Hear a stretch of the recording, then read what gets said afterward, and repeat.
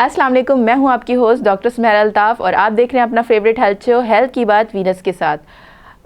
इस शो में बात होती है आपकी हेल्थ की, आपकी ब्यूटी की और आपकी ओवरऑल वेलनेस की।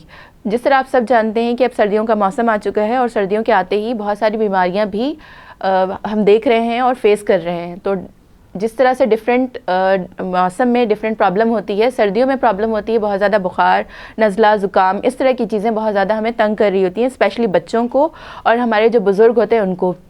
तो इस मौसम में अपनी हेल्थ का किस तरह से ख्याल रखें और अपने आप को दिन भर एक्टिव किस तरह से रखें, किस तरह प्रॉपर नींद लें और डिप्रेशन जो कि सर्दियों में बहुत ज़्यादा होता है उससे किस तरह से बचें, इस पर हम बात करेंगे। और आज हमने दावत दी है हकीम साहब को, जिनको आप अक्सर मॉर्निंग शोज़ में डिफरेंट चैनल्स पर देखते रहते हैं। उनका नाम है हकीम मुस्तफ़ा अनीस साहब। अस्सलाम वालेकुम हकीम साहब। कैसे बहन आप? बिल्कुल ठीक ठाक और थैंक यू सो मच कि आप तशरीफ़ लेकर आए। और यकीनन इस शो में हम बहुत सारे नुस्खे भी जानेंगे और क्योंकि हमारा टॉपिक ये है कि इस मौसम में जो जो प्रॉब्लम्स आ रही हैं लोगों को, बच्चे भी बहुत ज़्यादा मुतासिर हो रहे हैं इससे और बड़े भी, ठीक है। ज़्यादातर जो ओल्ड एज के लोग हैं वो मुतासिर होते हैं और क्योंकि उनकी इम्यूनिटी वीक होती है और बच्चे, तो हम ज़्यादा बात इसी पे करेंगे। तो सबसे पहले तो मैं जानना चाहूँगी आपकी सर्दियाँ कैसी गुजर रही हैं? देखिए, असल में कराची में सर्दियाँ आती नहीं हैं, लेकिन अल्हम्दुलिल्लाह इस बार जो है वो बहुत अच्छी सर्दियाँ आ गई हैं जी। तो इसकी वजह से हम पहली बार सर्दी को बहुत ज़्यादा इंजॉय कर रहे हैं। दिन भर तो नहीं, लेकिन रात में जो है वो ऐसा मौसम होता है कि बंदा शायद बरी में घूम रहा है, मतलब बाहर निकलना आपके लिए मुश्किल हो जाता है। तो इसलिए भाई आजकल तो बहुत बेहतरीन मौसम, रात को सोते हैं तो इस तरह सोते हैं कि भाई फिर दोबारा उठते ही नहीं है भाई, मतलब बंदा एक घुस जाए कमर में एक बार ना, फिर उसको निकलना मुश्किल हो जाता है। तो भाई अल्लाह का शुक्र है भाई कराची में भी सर्दियाँ आ गई हैं। ओके। और सुबह में जब धूप नहीं निकलती तो वाकई ऐसा फील होता है कि वाकई कराची में बहुत सालों के बाद सर्दियाँ आ गई हैं।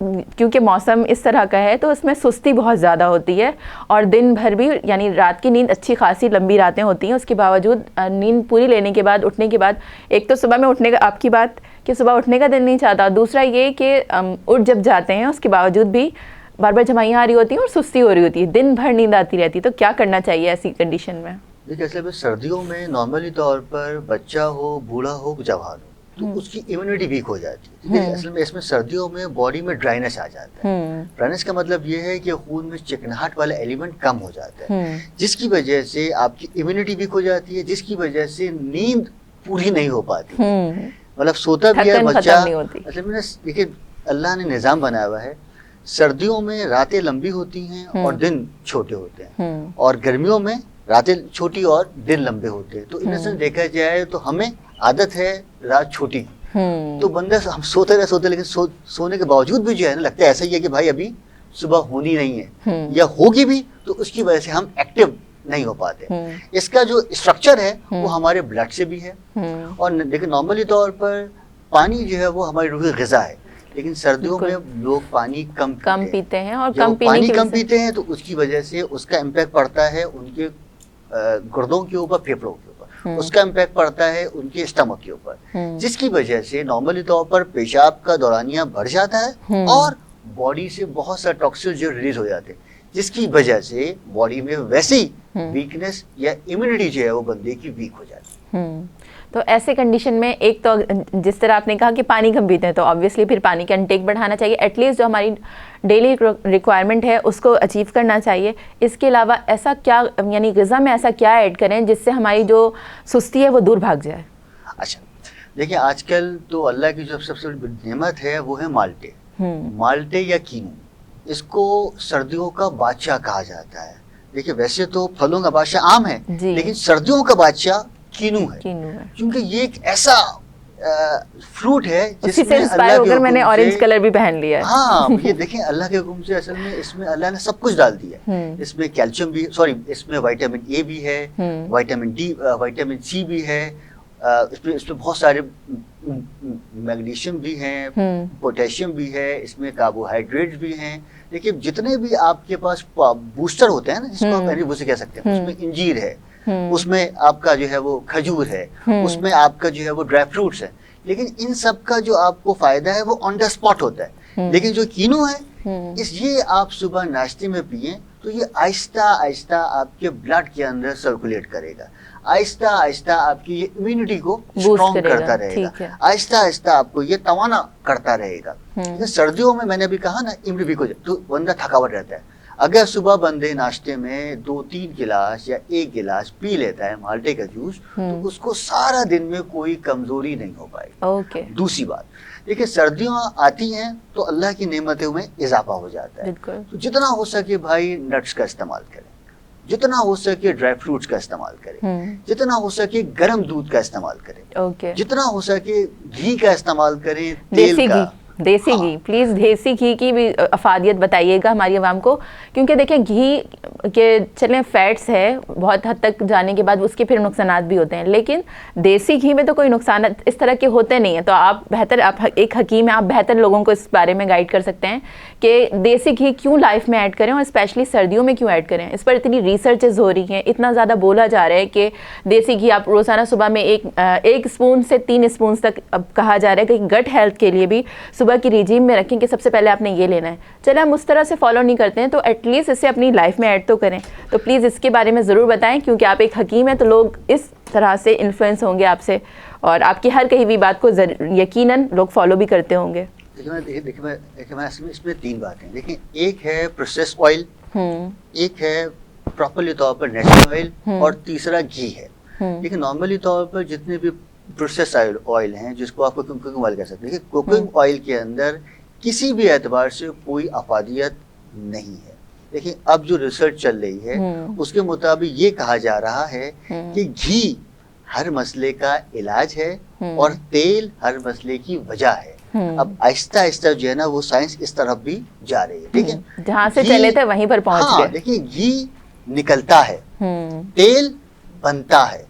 देखिए इसमें 2 चीजें, एक प्रोसेस ऑयल है और एक नेचुरल ऑयल, जैसे ऑलिव ऑयल वो निकल रहा है, सरसों का तेल निकल, देखिए वो इस्तेमाल करें तो बहुत फायदा। देखिए इसमें 4 तेल है। जिसको भी अल्लाह ना करे कोई प्रॉब्लम है लिवर का तो वो इस्तेमाल करे ऑलिव ऑयल। जिसको अल्लाह ना करे कोई प्रॉब्लम है स्टमक का वो इस्तेमाल करे सरसों का तेल। ओके। जिसको अल्लाह ना करे कोई प्रॉब्लम है जिल्द का वो इस्तेमाल करे खोपरे का तेल। जिसको अल्लाह ना करे कोई प्रॉब्लम है ब्लडर का तो वो इस्तेमाल करें तिलों का तेल। अच्छा अब आ जाते हैं घी। देखिए घी में, देखिए घी जो है वो निकलता है या तो दूध से या मक्खन से।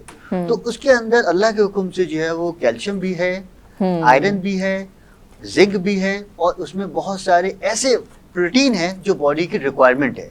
देखिए फैट्स नहीं है उसके अंदर।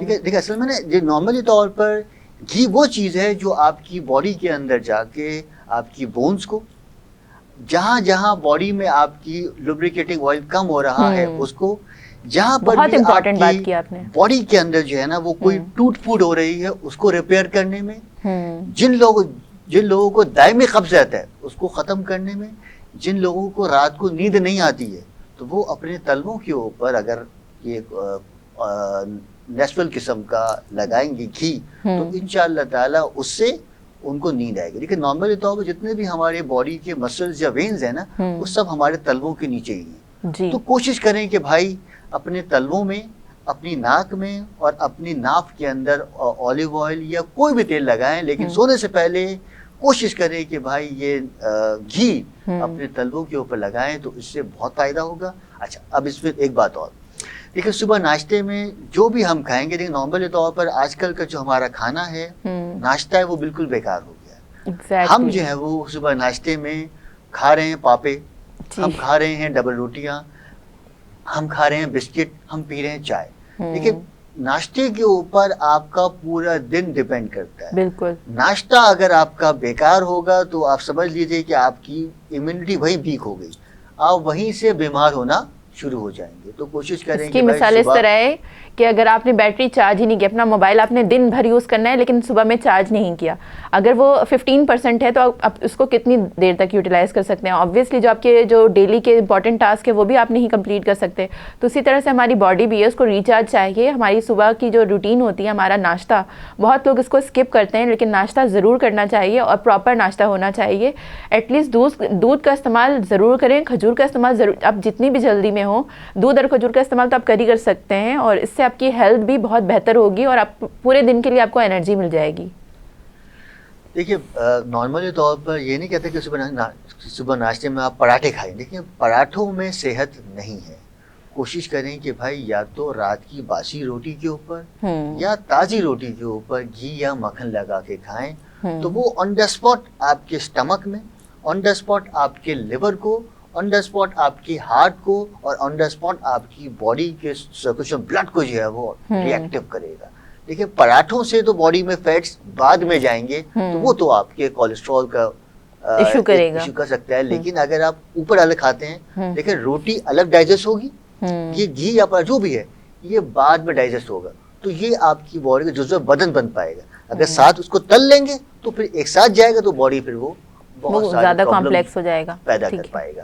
और क्योंकि अगर हम घी का इस्तेमाल करते हैं, मक्खन का इस्तेमाल करते हैं, तो वो डाइजेशन के लिए भी कितना ज़्यादा, क्योंकि हम प्रोबायोटिक्स लेते हैं, जब दही का इस्तेमाल करते हैं। अच्छा, ये भी एक मिथ है कि सर्दियों में दही खाने से प्रॉब्लम हो जाएगी, जबकि रिसर्चर्स अब कह रहे हैं कि दही का इस्तेमाल करने से आपकी सर्दियों में इस तरह की कोई रूटीन ख़राब नहीं होगी, बल्कि आपकी जो गट हेल्थ है वो इम्प्रूव होगी।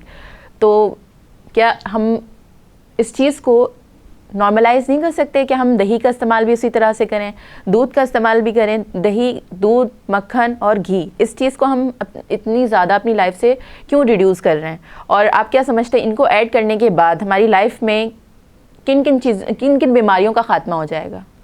देखिए सबसे पहला बात की जाए दही। देखिए दही बनती ही दूध से। देखिए जब दही बनती है इसका मतलब ये है कि आपकी बॉडी में दूध भी जा रहा है और उसके साथ में थोड़ा सा घी भी जा रहा है, उसके साथ में चीज़ भी जा रहा है। लेकिन जो नॉर्मली तौर पर जो चीज़ बनता है ना, वो दही को फाड़ कर ही बनाया जाता है, मतलब फटे हुए दूध का ही बनाया जाता है, ठीक है। लेकिन चीज़ जो है जिसको पनीर कहा जाता है, वो भी हमारी बॉडी के लिए बहुत ही ज़्यादा बेहतरीन ग़िज़ा है, क्योंकि वो ग़िज़ा है जहाँ जिन लोगों को अल्लाह न कर अल्सर रहता हो, जिन लोगों को बहुत ज़्यादा ब्लड प्रेशर रहता हो, या जिन लोगों को अल्लाह ना करे स्टोन्स हो, तो ये सुम्मा इंशाअल्लाह ताला ये दही अगर इस पनीर के साथ या दही में थोड़ा सा लेमन, आप थोड़ा सा इसमें लेमन शामिल कर लेते हैं, तो उससे उसकी अफादियत में और ज़्यादा इजाफा हो जाता है। ज़बरदस्त। तो ऐसे जैसे मैंने बात की, मैंने भी आपसे सर्दियों का बादशाह अभी मैंने कहा आपसे कीनू है। देखिए कीनू जो है ना, अल्लाह ने इस तरह से डिज़ाइन किया है जिस तरह से आपके गुर्दे हैं, जिस तरह से आपके फेफड़े हैं। तो जिन लोगों को अभी अर्ली स्टेजेस के अंदर गुर्दे में कोई स्वेलिंग हो रहा है, कोई पथरी हो रहा है, अल्लाह ना कोई ब्लॉकेजेस आ रहा है, अगर वो रोजाना 2-3 जो है वो कीनू खा ले, तो अल्लाह के हुक्म से इंशाअल्लाह ताला वो इन अमराज से बचे रहेंगे। अगर दही का इस्तेमाल करेंगे तो इंशाअल्लाह कभी भी उनको पाइल्स नहीं हो पाएगा। अगर दही के साथ वो लेमन का इस्तेमाल कर लेते हैं तो कभी भी उनका यूरिक एसिड नहीं बढ़ पाएगा। अब देखें जी, अब इसमें 2 चीज़ें और आ गई, एक कीनू है, एक नींबू है। लेकिन नींबू को ज़्यादा इस्तेमाल करने से बॉडी में एसिडिक लेवल बढ़ जाता है, लेकिन कीनू को ज़्यादा इस्तेमाल करने से बॉडी के अंदर किसी भी एतबार से कोई एसिडिटी नहीं बढ़ती है, क्योंकि ये आपकी शुगर के लिए भी है, ये नॉर्मली तौर पर आपके बॉडी के मैग्नीशियम लेवल को भी कंट्रोल करता है, और ये आपकी स्किन के लिए भी बहुत ज़्यादा और वाटर लेवल को भी अच्छा करता है, क्योंकि वो ज़्यादातर वाटर कंटेंट है उसके अंदर। तो जब अगर हम पानी कम भी पी रहे होते हैं, लेकिन अगर कीनू का इस्तेमाल सही तरह से कर रहे होते हैं, तो उसको लेवल अप किया जा सकता है। बट इसका मतलब ये नहीं है कि आपने कीनू खा लिया तो आपने पानी ही नहीं पीना है। देखिए आजकल जो है ना, वो बच्चियों का सबसे बड़ा प्रॉब्लम है वेट का, मतलब हर बंदा जो है ना वो डाइट कॉन्शियस हो रहा है। ये कीनू की ही एक किस्म है जिसको चकोतरा कहा जाता है, ग्रेप फ्रूट कहा जाता है। तो जिन लोगों को अपना वजन कम करना है तो वो चकोतरे का इस्तेमाल करें, क्योंकि चकोटे में फाइबर बहुत ज़्यादा है। फाइबर का मतलब ये है कि ये आपकी भूख को कम करता है, दाल मिलाएगा, ठीक है, कम भी करेगा, और इसमें पानी बहुत ज़्यादा है। ये ऑलमोस्ट 70% जो है ना पानी की वजह से आपका कभी भी जो है ना वो भूख का में इजाफा नहीं हो पाएगा, मजीद आपकी क्रेविंग्स नहीं होगी, जो आप जंक फूड की तरफ आपका क्रेविंग्स बॉडी होती जो है वो ट्रिम होना शुरू हो जाएगा, खुद ब खुद ही आपका वेट लॉस होना शुरू हो जाएगा। और ये लबलबे को, जिन लोगों को शुगर है उनको भी अल्लाह के हुक्म से बहुत ही ज़्यादा तकवीत देता है। तीसरा, जिन लोगों का बहुत ब्लड प्रेशर लो रहता है, तो ये उनके ब्लड प्रेशर को भी कंट्रोल करता है, या ब्रेन की सलाहियत को भी ये इजाफा करता है जी। अब देखिए जी, अब आजकल का जो मौसम है इसके अंदर ज़्यादातर जो है ना वो बच्चे बीमार होते हैं। देखिए सर्दियों में मैंने फिर ये बात कहूँगा कि भाई अमराज बढ़ जाते हैं, क्योंकि बॉडी और आपका खून जो है वो उन चीज़ों पे लेवल नहीं कर पाता है। उसको अडेप्ट करने में टाइम लेता है जब तक कि सर्दियाँ चली जाती हैं। देखिए बॉडी का टेम्परेचर और बाहर का टेम्परेचर में बहुत फर्क है। आपका जो बॉडी का टेम्परेचर है वो बाहर के टेम्परेचर को मैच नहीं कर पाता तो बंदा फिर बीमार हो जाता है। और आजकल की जो बच्चियां हैं या ख़वातीन हैं वो बच्चों को इतने कपड़े पहना देती हैं जिसकी वजह से उनका सांस लेना भी दूभर हो जाता है। वे कपड़े पहनाइए लेकिन वो मौसम के एतबार देखिए कि भाई फेफड़े स्क्वीज मत कीजिए। हाँ, अगर बच्चे के हाथ पांव ठंडे हो रहे हैं तो भाई आप उसको पहनाइए। अगर बच्चे को पसीना आ रहा है तो भाई कपड़े कम कर दीजिए। लेकिन इसमें एक बात और, देखिए नॉर्मली तौर पर ना सर्दियों में बॉडी में अमराज बढ़ जाते हैं, मतलब बॉडी में ड्राइनेस, इचिंग, खुजली, खारिश, एक्जिमा, दाद, चंबल, ये सारे मामला बाल गिरना इसका ही वजह से होता है। देखिए इसकी वजह क्या है कि हमारे यहाँ बच्चों को हाई नेक्स बना देते हैं, कपड़े पहना देते हैं बहुत, लेकिन वो क्या होता है कि जब वो प्रॉपर तो बॉडी लगते हैं तो देखिए उसमें फर है, तो फर की वजह से स्किन अंदर से छिलना शुरू हो जाता है। तो बच्चों को पहले कोई कॉटन का कपड़ा पहनाएं, उसके ऊपर जो मर्जी पहनाएंगे तो इंशाअल्लाह ताला उससे बच्चा आपका सेफ रह पाएगा। और नॉर्मली तौर पर जो छोटे बच्चे हैं उन, देखिए जी हमारे लिए तो बड़े बड़े मोटे मोटे ये आते हैं, ब्लैंकेट्स आते हैं, लेकिन बच्चों को वो ब्लैंकेट्स ना उड़ाइए क्योंकि एक तो उनका वजन ज्यादा है, देखिए बच्चों के लिए पतले आप वो ब्लैंकेट लीजिए जो बच्चों की सेहत के एतबार से हो। और कभी भी इन ब्लैंकेट या किसी ब्लैंकेट से बच्चों के मुंह के ऊपर मुंह को ना ढका जाए। देखिए ये बात तो है कि ठंड है, लेकिन देखिए नॉर्मली तौर पर जितने भी अमराज है ना वो हमारे सर की वजह से होते हैं, क्योंकि सर का टेम्परेचर और बॉडी का टेम्परेचर फर्क होता है। सर हमारा जल्दी ठंडा हो जाता है क्योंकि सारे के सारा जो दिमाग पे सारा का सारा जो फोकस है वो दिमाग पे होता है। तो इसी वजह से बच्चों के कान ढक के रखें, बच्चों को कैप बना के रखें, लेकिन प्रॉपरली तौर पर उनकी नाक को कवर ना किया जाए या कोई ऐसा मास्क ना लगाया जाए। मुंह बंद करें लेकिन मास्क वास्ते मेरे मुताबिक थोड़ा सा अवॉइड करेंगे तो इंशाल्लाह बच्चे भी आपके सेहतमंद रहेंगे। ओके सो नाजरीन, हमारी डिस्कशन का सिलसिला जारी है, देखते रहें और मिलेंगे हम एक ब्रेक के बाद। लेते हैं एक छोटी सी ब्रेक और कहीं मत जाइएगा, देखते रहें हेल्थ की बात वीनस के साथ।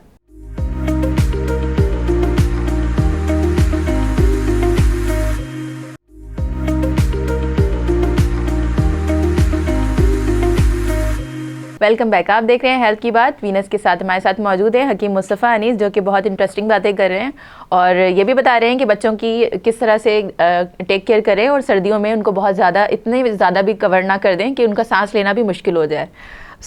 जिस तरह से आपने बताया, साथ में मुझे ये भी बताएं, बच्चे आजकल बहुत ज़्यादा फ्लू और कफ़ का शिकार हो रहे हैं, तो फ्लू और कफ़ से बचने के लिए कोई एहतियाती तदाबीर भी बताएं कि किस तरह से उनको ज़्यादा मैक्सिमम तौर पर बचाया जा सकता है।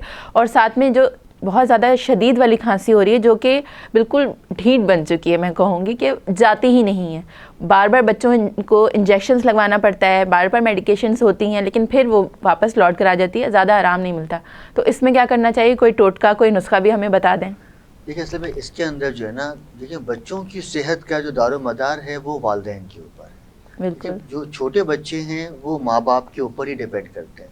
देखिए सर्दियों में हमारे यहाँ या हर किसी के यहाँ जो है ना वो बहुत ज़्यादा नहाने धोने का कॉन्सेप्ट कम हो जाता है पानी का कॉन्सेप्ट कम हो जाता है, हाथ धोने का कॉन्सेप्ट कम हो जाता है। तो कोशिश करें जब भी बच्चे के पास जाएं तो पहले अपने हाथ धो लिए जाएं, या दिन में कई मरतबा रूटीन बना ले कि भाई बच्चों को बगैर हाथ धोए कभी भी टच ना करें। वो ज़्यादा प्रोन होते हैं ना कि वो कोई सी भी इन्फेक्शन, किसी भी इन्फेक्शन का जल्दी वो हो सकते हैं, टारगेट बन सकते हैं।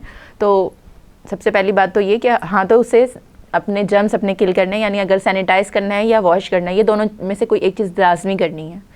दूसरी बात ये कि भाई बच्चों की ऑयलिंग ज़रूर की जाए, सुबह शाम बच्चों को कोई ना किसी भी तेल से उनकी बॉडी प्रेफरेबली आप किस तेल को ज़्यादा फोकियत देंगे? देखिए आजकल सबसे जो बेहतरीन है वो ऑलिव ऑयल। देखिए ऑलिव ऑयल में क्वालिटी क्या है कि वो जज्ब हो जाता है, उससे कपड़े ख़राब नहीं होंगे। बाकी कोई तेल लगाएंगे ना आप तो उससे कपड़े भी ख़राब हो जाएंगे। तो ऑलिव ऑयल में एक अल्लाह ने एक क्वालिटी रखी है कि जिसमें जज्ब हो जाता है, और ये वो तेल है जो जहाँ पर भी जाता है वहाँ के अमराज को बिल्कुल क्योर करता है। बिल्कुल। अच्छा, अब जो बात की आपने खांसी, देखिए खांसी एक बहुत बड़ा प्रॉब्लम है जिसकी वजह से बच्चे रात को सो नहीं पाते, बिल्कुल पेन का शिकार रहते हैं, फेफड़े दुख जाते हैं उनके।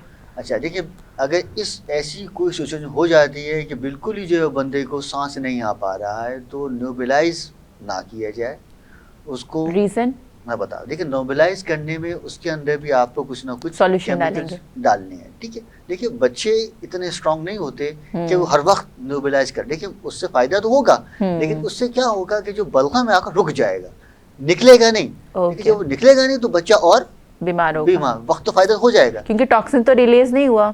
तो इसलिए सबसे पहले तो बच्चे की ऑयलिंग की जाए। सही। दूसरी बात यह है कि भाई थोड़े से गर्म पानी में थोड़ा सा नमक, थोड़ा सा नींबू डालकर जो है वो उसको थोड़ा सा स्टीम करा दी जाए। देखिए भाप में और न्यूबिलाइज करने में बहुत फर्क है। दूसरा काम ये कि भाई 1 टेबल स्पून शहद ले लें, 1/4 टीस्पून दालचीनी ले लें और 1/4 टीस्पून ले लें काली मिर्च।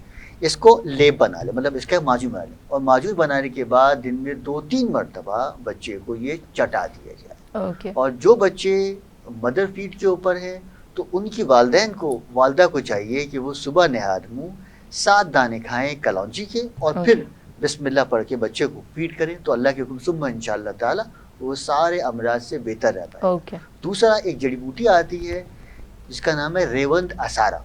रेवंद असारा देखिए असल में ना, देखिए हमें नहीं पता है बच्चों की, देखिए असल में सर्दियों में गुर्दों पे ज़्यादा असर पड़ता है, फेफड़ों पे ज़्यादा असर पड़ता है, सीना ब्लॉक बहुत ज्यादा हो जाता है, नाक बंद हो जाता है, अपर रेस्पिरेटरी ट्रैक्ट तो बहुत ज्यादा डैमेज होता है, यानी इस चीज की वजह से बहुत ज्यादा असर इस पर आता है। तो जिसकी वजह से सबसे पहला आपका गला मुतासिर हो जाता है। लेकिन गला मुतासिर हो गया मतलब इसका ये है कि आपका इंटेक करना भी मुश्किल हो जाए। तो इसके जो छोटे बच्चे हैं तो रेवंद असारा जड़ी बूटी आती है, ये मंगा लें और मदर फीड के अंदर 2-3 कतरे लेकर बच्चे को ये चटाया जाए, ऊपर से उसको थोड़ा पानी पिला दिया जाए कि वो वॉमिटिंग कर दे, तो सुम्मा इंशाल्लाह पहली बार ही में सारा उसका बलगम जो है वो इखराज होना ये तो बहुत ज़बरदस्त हो जाएगा कि विदाउट एनी प्रॉब्लम, यानी बहुत ईजी है एक तरह से देखें तो, बहुत ईजीली आपके अंदर से सारे टॉक्सिन्स रिलीज हो रहे हैं, ये तो बहुत अच्छा अमल है। दूसरी बात ये कि जो बच्चे बड़े हो गए हैं उनके लिए सिर्फ 2 जड़ी बूटियाँ हैं, एक का नाम है आंबा हल्दी और दूसरे का नाम है दालचीनी। बस इन दोनों का एक पाउडर बना लें, दिन में जब भी मौका मिले आधा गिलास दूध में 1/4 चमचा ये मिलाकर बच्चे को दे दें, तो इंशाअल्लाह ताला ये टॉन्सिल्स के लिए, ये बहुत ज़्यादा खुश खांसी के लिए, ये जो नाक बंद हो रही है इंशाअल्लाह ताला इसको खोलने में बहुत ही ज़्यादा मददगार रह पाएगा इंशाअल्लाह। अच्छा, कुछ टाइम पहले बहुत ज़्यादा ये मसला वायरल था कि लोगों की आवाज़ बंद हो जा रही थी, इतना ज़्यादा प्रॉब्लम हुई थी, गला ऐसा ख़राब हो रहा था कि आवाज़ बिल्कुल बंद हो जा रही थी और वो बात भी नहीं कर पा रहे थे। और होता है कुछ लोग बहुत ज़्यादा रेयर केसेस में ऐसा होता है कि बच्चे कुछ लोग बहुत ज़्यादा सेंसिटिव होते हैं, उनके साथ ये मसला हो जाता है।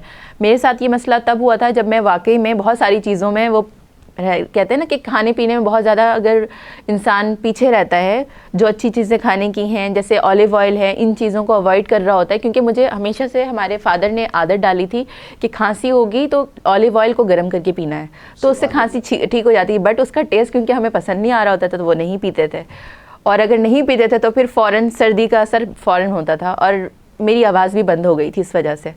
तो बहुत टाइम पहले हुआ था और इस तरह के केसेस मैंने बहुत रेयरली सिर्फ सुने ही थे। बट अभी जो कुछ महीनों पहले, अभी 2 या 3 महीनों पहले इतने केसेस मेरे पास ऐसे आए हैं जिसमें आवाज़ बंद हो गई है या कान में फ्लू जाने की वजह से कान में प्रॉब्लम हो गई है।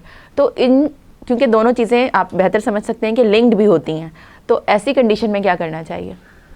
देखिए असल में सबसे पहले तो देखा जाएगा कि भाई कंडीशन क्या है। लेकिन देखिए इसमें 2 चीज़ें हैं, कभी कभार जो है ना वॉइस क्वार्टर पे स्वेलिंग आ जाती है, कभी कभार टॉन्सिल ग्लैंड्स के बढ़ जाने की वजह से होती है, और कभी कभार खुश खांसी की वजह से या कभी किसी ग़िज़ा की वजह से भी गले में कोई ना कोई ब्लॉकेज या अंदरूनी तौर पर स्वेलिंग पर, जिसकी वजह से वॉइस क्वार्टर पे उसका काफ़ी असर पड़ता है। ठीक है, तो उनसे देखा जाए तो जब तक कंडीशन के बारे में इल्म होना ज़्यादा ज़रूरी है, लेकिन जब भी ऐसा कोई भी अल्लाह ना करे प्रॉब्लम हो जाए तो सिर्फ 2 काम कर ले। सबसे पहला आपको मंगाना पड़ेगा इंजील, हर घर में मौजूद होती है। दूसरा लेना पड़ेगा आपको सिरका। सिरके 2 किस्म के हैं, एक है फ्रूट सिरका और एक है जिसको सेंथेटिक का, एक वाइट वाला, वो नहीं, वो जहर है। ओके। वो देखें वो सिर्फ टेस्ट के लिए, कोई भी ले लें वो लेकिन वो फ्रूट वाला इसमें सेब का है, सिंथेटिक ना हो। ऑब्वियसली सिंथेटिक है तो उसके फायदे क्या होंगे, नुकसानात ही होंगे। ज़्यादा है। तो बस कोई भी हो, सेब का हो, जो भी अंगूर का हो, बस 3 अंजीरें उसके अंदर जो है वो सुबह में भिगोएं तो वो शाम में खा लें, शाम में भिगोएं रात में खा लें। तो इंशाअल्लाह ताला अंजीर में अल्लाह ने ऐसी तवानाई या ताकत दी है। क्या अनार का सिरका जो होता है क्या ये भी इफेक्टिव होगा? यानी आई थिंक मुझे तो बड़ा फैसिनेट करता है ये।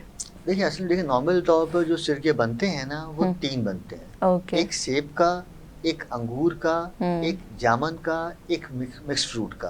देखिए 2 सिरके और भी आते हैं, एक आता है बकौल आपके अनार का और एक आता है उसका गन्ने का। देखिए असल में ये 2 सिरके ना नॉर्मली तौर पर प्रोसेस से ही बन सकते हैं, क्योंकि असल में जब अनार सूखता है तो उसमें इतना कम लिक्विड होता है कि वो प्रॉपरली तौर पर एक्सट्रैक्ट नहीं हो पाता, नहीं बन पाता है। तो उसके अंदर 90% तो मेरे मुताबिक कुछ ना कुछ आपको स्टेरॉइड या कोई केमिकल डालना ही पड़ता है। देखो तो इसलिए मुझे ये चीजें बड़ी फैसिनेट करती हैं। जो है ना वो मैं रिकमेंड कतई तौर पर नहीं करूंगा। लेकिन उसके बेनिफिट्स इतने थे ना कि उसकी वजह से मुझे बड़े फैसिनेट करते थे। अब हकीम साहब आए तो हकीम साहब से तो पूछना बनता है। देखिए असल में अनार जो है ना वो दिमाग, जिगर, मैदा सब बहुत, लेकिन खाने के देखिए हर चीज़ के खाने के बड़े फ़वाइद हैं, लेकिन पीने में जब उसके फ़वाइद देखा जाए तो वो कम हो जाते हैं। सही। तो इसलिए भाई अनार को खाने में उसके लाखों फ़ायदे हैं, लेकिन पीने में उसके इतने फ़वाइद नज़र नहीं आते हैं। लेकिन जिस चीज़ का एक्सट्रैक्ट निकाल लेंगे ना तो फिर उसके साथ उसका गूदा भी आएगा, छिलका भी आएगा, लेकिन सब उसमें मिक्स हो जाएगा तो फिर उसकी सारी की सारी जो प्रोडक्ट्स हैं या उसके जो सारे एसिड्स हैं वो आहिस्ता आहिस्ता कम हो जाएंगे।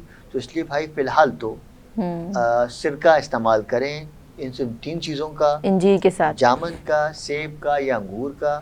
3 इंजीर रात को पानी में भिगोएं, सिरके में भिगोएं, सुबह में खा लें, शाम में भिगोएं, सुबह में खा लें। देखिए इंजीर में अल्लाह ने ऐसी तवानाई या ताकत दी है कि इसमें बहुत ज़्यादा जो है ना वो आयरन है, इसमें बहुत ज़्यादा जो है विटामिन सी है, इसमें बहुत ज़्यादा जो है वो विटामिन ए है, इसमें बहुत ज़्यादा जो है वो विटामिन D3 भी है। तो ये और इसमें सबसे ज़्यादा जो है ना वो इसका जो लेवल है ना वो पोटेशियम वो बहुत ज़्यादा है। तो ये अंदर से हर चीज़ को क्लियर करना शुरू हो जाता है और इसके इस्तेमाल से और कब्ज वाले भी इस्तेमाल कर सकते हैं। टाइम में अल्लाह के हुक्म से आप देखेंगी कि गले पे जो स्वेलिंग आ रही है या दर्द हो रहा है या अंदर से कोई इन्फेक्शन चल रहा है या आवाज़ जो बहुत ज़्यादा बैठ गई है या आवाज़ चीखते हुए या निकालते हुए अजीब सा पेन हो रहा है तो आपको पहली खुराक से ही अल्लाह के बहुत फ़ायदा हो जाएगा। क्योंकि लास्ट रिसेंट मंथ में इतने ज़्यादा मेरे पास ऐसे केसेस आए जिसमें आवाज़ बंद हो गई क्योंकि खांसी हो रही थी, प्रॉपर खांसी भी नहीं हो रही थी, फंस के खांसी हो रही थी, दैन आवाज़ बिल्कुल ख़राब होना शुरू हुई। हमारी होम्योपैथी में तो मेडिसिन हम यूज़ करते हैं, टैबलेट्स हमने यूज़ की वॉक्स पैक्स, उसने बहुत अच्छा काम किया। बट ऑब्वियसली हर किसी की यानी हर किसी को नहीं पता होता, वो यानी होम्योपैथ को अगर सीख नहीं कर रहा, अगर वो हकीम के पास आता है तो या फिर घर पर है और उसकी इतनी रसाई नहीं है। जो लोग प्रोग्राम देख रहे हैं ज़रूरी नहीं उनकी इतनी आसानी से रसाई हो, बट अगर जो आपने चीज़ें बताई हैं जैसे आपने बताया है इंजीर का और सिरका और इंजीर तो किसी भी पंसार की शॉप पे इजीली मिल जाएंगी ये चीज़ें और वो इस्तेमाल कर सकते हैं। तो इसी के साथ मुझे ये भी बताएं कि स्किन बहुत ज़्यादा ड्राई हो जाती है, पानी का इस्तेमाल तो हमें करना ही है, घी का इस्तेमाल भी करना है। इसके अलावा कुछ लोगों की स्किन एक्स्ट्रा ही ड्राई होती है, ठीक है, और साथ में डैंड्रफ इतना ज़्यादा आ जाता है कि हेयर फॉल बहुत ज़्यादा शुरू हो जाता है, फंगस भी बेसिकली उसमें क्रिएट हो रहा होता है। तो इन दोनों चीज़ों के लिए क्या अप्लाई करें? खाने में तो आपने बता दिया, बहुत अच्छी चीज़ें बताई हैं, अप्लाई क्या करें जिससे ये बिल्कुल, क्योंकि इतना ज़्यादा हेयर फॉल होता है लोग परेशान हो जाते हैं, डिप्रेशन का शिकार होना शुरू हो जाते हैं और एंजाइटी होती है कि कहीं हम गंजपन का शिकार ना हो जाए। तो ऐसी कंडीशन में बिल्कुल फ्रीक्वेंट हल क्या होगा? देखिए देखिए मेरा जो फोकस है ना आज वो माल्टे के ऊपर ही है। अच्छा, तो माल्टे के छिलके ले लीजिए, बस कीमतें बढ़ जाएंगी अब। हाँ, माल्टे के छिलके ले लीजिए, ओके, उसको सुखा कर लें तो अलग फायदे हैं, ताज़ा लेंगे तो उसको क्रश कर लें तो आप देखेंगे ना उसमें से कुछ ऑयल भी निकलेगा जी, तो वो ले लें तो वो बहुत फायदेमंद है, वो तो प्रॉपर क्लीनिंग करता है स्किन की। तो बस सिंपली तौर पर आपने कीनू के छिलकों का पाउडर लेना है या डायरेक्ट आपने कीनू के छिलका लेकर उसको पीस लेना है। इसके साथ में आपको लेना है दही, इसके साथ लेना है आपको मीठा सोडा, और इसके साथ लेना है आपको जोजोबा ऑयल। ओके, बस एक तकरीबन 1 टीस्पून उनाब कहते हैं ना? जी हाँ। देखिए जोजोबा ऑयल को अभी मेरे जहन से नाम निकल गया उसका, उर्दू में उसको क्या कहते हैं? उनाब, आई थिंक ये उनाब कहते हैं। नहीं, उनाब तो एक अलग अच्छा चीज है। ओके, रोगने उनाब आई थिंक। नहीं वो ऐसा नहीं है। ओके, तो वो उसका कुछ और नाम है। अच्छा, तो 1 टीस्पून आपने लेना है ये कीनू के छिलकों का पाउडर। 1 टीस्पून आपने लेना है दही, और इसमें 2 चुटकी आपने शामिल कर देना है मीठा सोडा, और 1 टीस्पून लेना है आपको जोजोबा ऑयल। बस इन सब चीज़ों को ग्राइंड कर लें, मिक्स कर लें, और मिक्स करने के बाद अपने चेहरे के ऊपर इसको अप्लाई करें।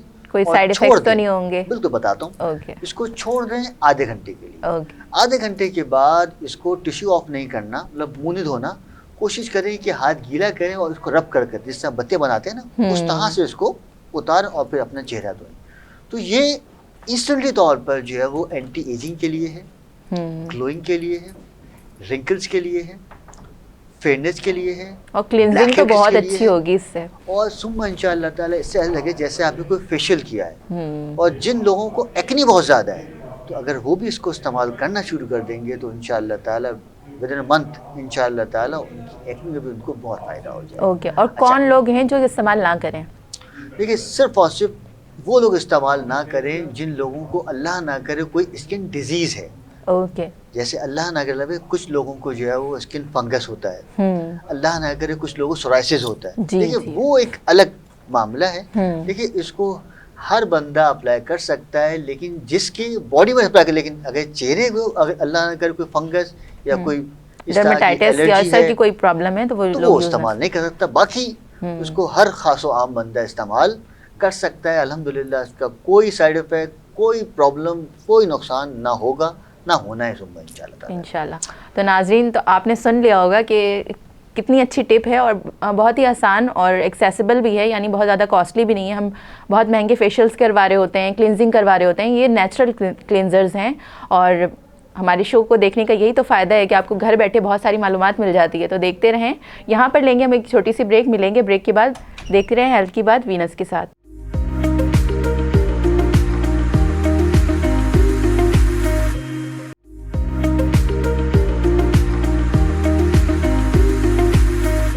Welcome back. आप देख रहे हैं हेल्थ की बात वीनस के साथ। तो हमारे साथ मौजूद हैं हकीम मुस्तफ़ा अनीस, जो बता रहे हैं हमको बहुत सारी टिप्स और नुस्खे, वो भी फ्री में।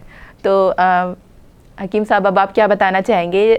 जो लोग हेयर फॉल का शिकार हो रहे हैं उसके लिए भी बता दें, वो वाला हमारा पार्ट रह गया था। अच्छा, देखिए हेयर फॉल एक प्रॉब्लमेटिक इशू। देखिए इसमें 2 चीज़ें हैं। एक वो डैंड्रफ है जो आपके सर के ऊपर है, एक वो डैंड्रफ है जो आपकी स्किन के अंदर है।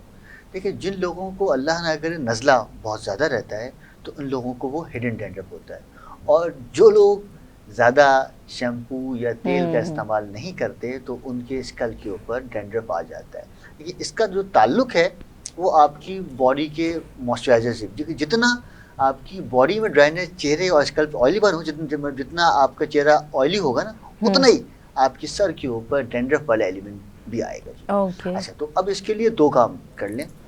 सबसे पहला आपने मंगा लेना है, घर में हमारे होता है बेसन जी। बस तो कोशिश करें कि भाई सुबह में जो है ना वो अपना सर धो लिया जाए बेसन के साथ। लाइक कैसे, किस तरह? बताता हूँ। लेकिन पहले जो है वो आपने करना है, पहले आपने लेना है नमक, पहले आपने लेना है मीठा सोडा। बस इन दोनों चीज़ों को मिक्स कर लें। मिक्स करने के बाद अपने चेहरे के, अपने सर के ऊपर जो है वो इसको, मुझे पकौड़ों का आ रहा है माइंड में। ये बहुत ही ज़्यादा फायदेमंद रेमेडी है। इसको थोड़ा सा अपना सर गीला करें, और गीले सर के ऊपर इसको जिस तरह कोई मास्क लगाते, क्रीम लगाते हैं ना, वो पूरे मांगे खोल खोल कर जो है उसको आप लगा दीजिए। रब तो नहीं करना, या रब भी करना है? देखिए जब गीला सर होगा तो खुद ब खुद ही वो आपके पोर्स में पहुंच जाएगा। सही। और 10 मिनट के बाद आपने तकरीबन 2 से 3 टेबल स्पून लेना है ये बेसन लेना है, और इसको तकरीबन 2 किलो पानी में आपने भिगो देना है। और 2 किलो पानी में? जी, सॉरी ज़्यादा हो जाएगा, माजरत के साथ 1 किलो कर लें उसका। ओके। और तकरीबन जो है वो 3 से 4 टेबल स्पून ले लें आप इसके अंदर ये बेसन, और इसको भिगो देकर 1 किलो पानी, और उसको घुमाते रहें। तो आप देखेंगे ओह। कि इसमें नेचुरल तौर पे झाग बनना शुरू हो जाएंगे। ओके और ओके इस ओके। पानी से आप सर धोएं तो इंशाअल्लाह ताला सबसे पहला तो ये आपकी डैंड्रफ खत्म करेगा, वो जो आपके स्कैल्प के ऊपर है, ओके। वो जो आपके सर के अंदर है। दूसरा, ये आपके सर का ऑयल कंट्रोल करेगा। तीसरी बात ये कि इंशाअल्लाह ताला इससे बालों के अंदर जो कमजोरियां हैं, जो स्प्लिट्स एंड आ रहे हैं, जो बाल टूट रहे हैं या बाल दो मुंह हो गए, तो इंशाअल्लाह ताला इसको लगातार इस्तेमाल करने से इसको 21 दिन तक लगातार अगर इस्तेमाल अच्छा, यानी करेंगे, बिना गैप के 21 दिन तक यूज कर सकते हैं इसको। लेकिन ओके। सर्दियां हैं तो थोड़ा सा जद्दोजहद करनी पड़ेगी अगर बाल चाहिए अच्छे तो 21 दिन अगर आपने कर लिया तो इंशाअल्लाह ताला आपसे दुआएं देंगे इंशाअल्लाह ताला। इंशाल्लाह इंशाल्लाह। तो ये बालों के सारे अमराज का हतमी इलाज अल्लाह के हुक्म से ओके। और हेयर ऑयलिंग के लिए आप क्या सजेस्ट करते हैं? कौन सा ऑयल ज़्यादा बेहतर रहेगा जबकि स्किन ड्राई हो रही हो और बहुत ज़्यादा खुश्की हो रही हो? कोई सिंगल ऑयल, ऑब्वियसली मार्केट में बहुत सारे ऑयल्स अवेलेबल हैं और बहुत सारे डिफरेंट ऑयल को मिक्स करके भी अवेलेबल है, जड़ी बूटियों के साथ भी अवेलेबल है, लेकिन अगर सिर्फ सिंगल एक ऑयल की बात हो तो कौन सा ऑयल सबसे ज़्यादा बेहतर रहेगा इसके लिए स्किन पर?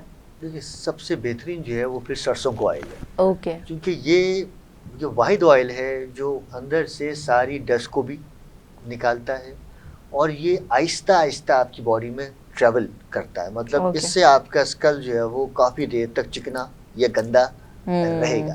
तो ये भाई तो है। सरसों का तेल लगाएं, बॉडी पर भी सरसों का तेल लगाएं, पर नाक के बॉडी अंदर। पर लगाने से तो उसके इफेक्ट्स ऐसे होते हैं, स्किन टैन लगती है। देखिए, असल में ना ये एक बड़ा बेहतरीन किस्म का टोटका है।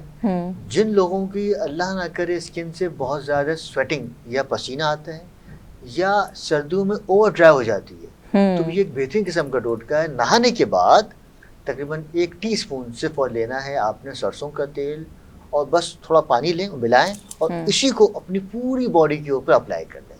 10 मिनट में बैठे रहें, 10 मिनट बाद बाहर आएंगे तो आप देखेंगे कि आपकी स्किन के आपकी स्किन पे जो ड्राइनेस है वो ऑन द स्पॉट खत्म होना शुरू हो जाएगी। क्योंकि पोर्स जो ओपन बॉडी थे के आपके। अंदर जो कहते हैं जब खुजाने के बाद वो वाइट पर स्पॉट पड़ जाते हैं, ये ड्राइनेस खत्म की हो एक लाइन जाएगी। बनती है। तीसरी बात ये है कि इंशाअल्लाह ताला ये एलर्जीज को भी बहुत जल्दी बॉडी से निकालता है। और चौथी बात ये है कि जब इसमें पानी शामिल हो जाएगा तो फिर इससे आपके कपड़े भी ख़राब नहीं होंगे इंशाअल्लाह। Okay, thank you so much. आपने काफ़ी इंफॉर्मेटिव बातें बताई, बहुत अच्छे अच्छे नुस्खे भी बताएं, जिससे यकीनन इस मौसम में जो हमारी नाजरीन हैं, हमारे लोग हैं देखने वाले, उन सबको फ़ायदा ज़रूर होगा। बच्चे भी इससे मुस्तफ़ीद होंगे, बड़े भी। अब मैं चाहूँगी मज़ीद आप एक अच्छा सा मैसेज दें, और ऐसा मैसेज दें जिससे ऑब्वियसली हमने बहुत अच्छी अच्छी बातें की हैं, बट एक वन लाइनर होता है ना, वो मैं चाहती हूँ कि ऑडियंस को मिले, जिससे वो इस चीज़ को, इस प्रोग्राम को ना भूलें और अपना बहुत ज़्यादा ख्याल रखें और सर्दियों में बीमार रहने से बच जाएं। देखिए, इसमें 2 बातें, जितनी बीमारियां हैं ना उन सब का ताल्लुक आपके ब्रेन से है, ओके। टेंशन से है, डिप्रेशन से है, उन सब का ताल्लुक जो है वो आपके दिमागी फिक्शन से है। तो अपने दिमाग को रिलैक्स रखिए, अपने दिमाग में कोई वसवसे या ख्यालात ना लेके आइए। नेगेटिविटी को जितना आप हटाएंगे उतने आप सेहतमंद रह पाएंगे। और दूसरा, अपनी जो बॉडी है, जो अपना जो एक डाइट प्लान है, उसके अंदर मीट का इस्तेमाल थोड़ा सा कम कर दिया जाए। हमारे यहाँ एक बड़ा कॉन्सेप्ट बन गया है, क्या है, जिसके यहाँ गोश्त नहीं होगा वो गरीब है जी। लेकिन ऐसा कहीं कतई नहीं है। देखिए, बॉडी के अंदर जो रिक्वायरमेंट है वो तकरीबन 40% आपकी बॉडी को रिक्वायरमेंट है मील की, जिसमें दाल है, सब्जियां हैं, अनाज है, और 40% रिक्वायर्ड है आपकी बॉडी को फ्रूट्स की, हर किस्म का, और सिर्फ 20% रिक्वायर्ड है आपकी बॉडी को गोश्त की। लेकिन हमारे यहाँ सब्जियां कॉन्सेप्ट नहीं खाई जाती, फ्रूट्स उनको तो कम खाए हकारत जाते से हैं, देखा जाता है, और इवन बहुत गोश्त- बुरा समझा जाता है। गोश्त खा रहे। तो इसी वजह से आजकल हर बंदा बीमार चल रहा है। हर बंदे का कोलेजन लेवल, हर बंदे का कोलेस्ट्रॉल लेवल, हर बंदे का स्टमक, हर बंदे का हार्ट जो है वो ख़राब हो रहा है। तो भाई जो है वो कोशिश करें कि भाई गोश्त का इस्तेमाल कम से कम करें, सब्जियों और फ्रूट्स के ऊपर आ जाएं। दूसरा, अपने अनाज में कोशिश करें कि भाई जितना हो सके ये कंपनी वाले आटे इस्तेमाल ना करें, जो वो इस्तेमाल करें जो चक्की वाला आता है, प्रोसेस प्रॉपर तौर पर जो है वो नेचुरल किस्म का है। दूसरा, खानों में सरसों का तेल इस्तेमाल करें। तीसरा, खेवड़ा सॉल्ट, आपको शायद इसका इल्म है नहीं है, खेवड़ा सॉल्ट दुनिया के अंदर ये बिकता है लाखों रुपए में, और यहाँ हमारे यहाँ बिकता है वो कौड़ियों में। हमें उसकी आवाज़ ज़्यादा कोशिश करें कि भाई ये खेवड़ा सॉल्ट इस्तेमाल करें, और सबसे आखिर में जितना हो सके जो है वो सालन खाएं जो शोरबे वाला हो। सूप्स का इस्तेमाल करें, गर्म दूध का इस्तेमाल करें, दूध में हल्दी डाल के इस्तेमाल करें, और सुबह नाश्ते में कोशिश करें कि भाई कोई शेक पी लिया जाए ड्राई, जो जिसमें नट्स हों या कोई ना कोई आपके साथ बादाम पिस्ते इस तरह की चीज़ें हों, वो डाल के पिएँ तो इंशाअल्लाह ताला हमेशा सेहतमंद रहेंगे इंशाअल्लाह ताला। तो नाजरीन अच्छी मज़े की चीज़ें खाएं, और यानी अपनी सेहत का रखें बहुत ज़्यादा ख्याल, क्योंकि हम अच्छी चीज़ें हेल्दी चीज़ें खाकर भी अपनी सेहत को बहुत कम खर्च करके ख़ुद पर और अपनी ग़िज़ा पर बहुत हेल्दी भी रह सकते हैं और बहुत एक्टिव भी रह सकते हैं। एक्टिव रहना भी ज़रूरी है और हेल्दी रहना भी ज़रूरी है, और इस प्रोग्राम को देखना भी ज़रूरी है। ये था हमारा आज का प्रोग्राम। उम्मीद करती हूँ आप सबको बहुत पसंद आया होगा। इस दुआ के साथ इजाज़त लूँगी कि आप रखेंगे अपना बहुत ज़्यादा ख्याल और मुझे रखेंगे दुआ में याद। अल्लाह हाफ़िज़।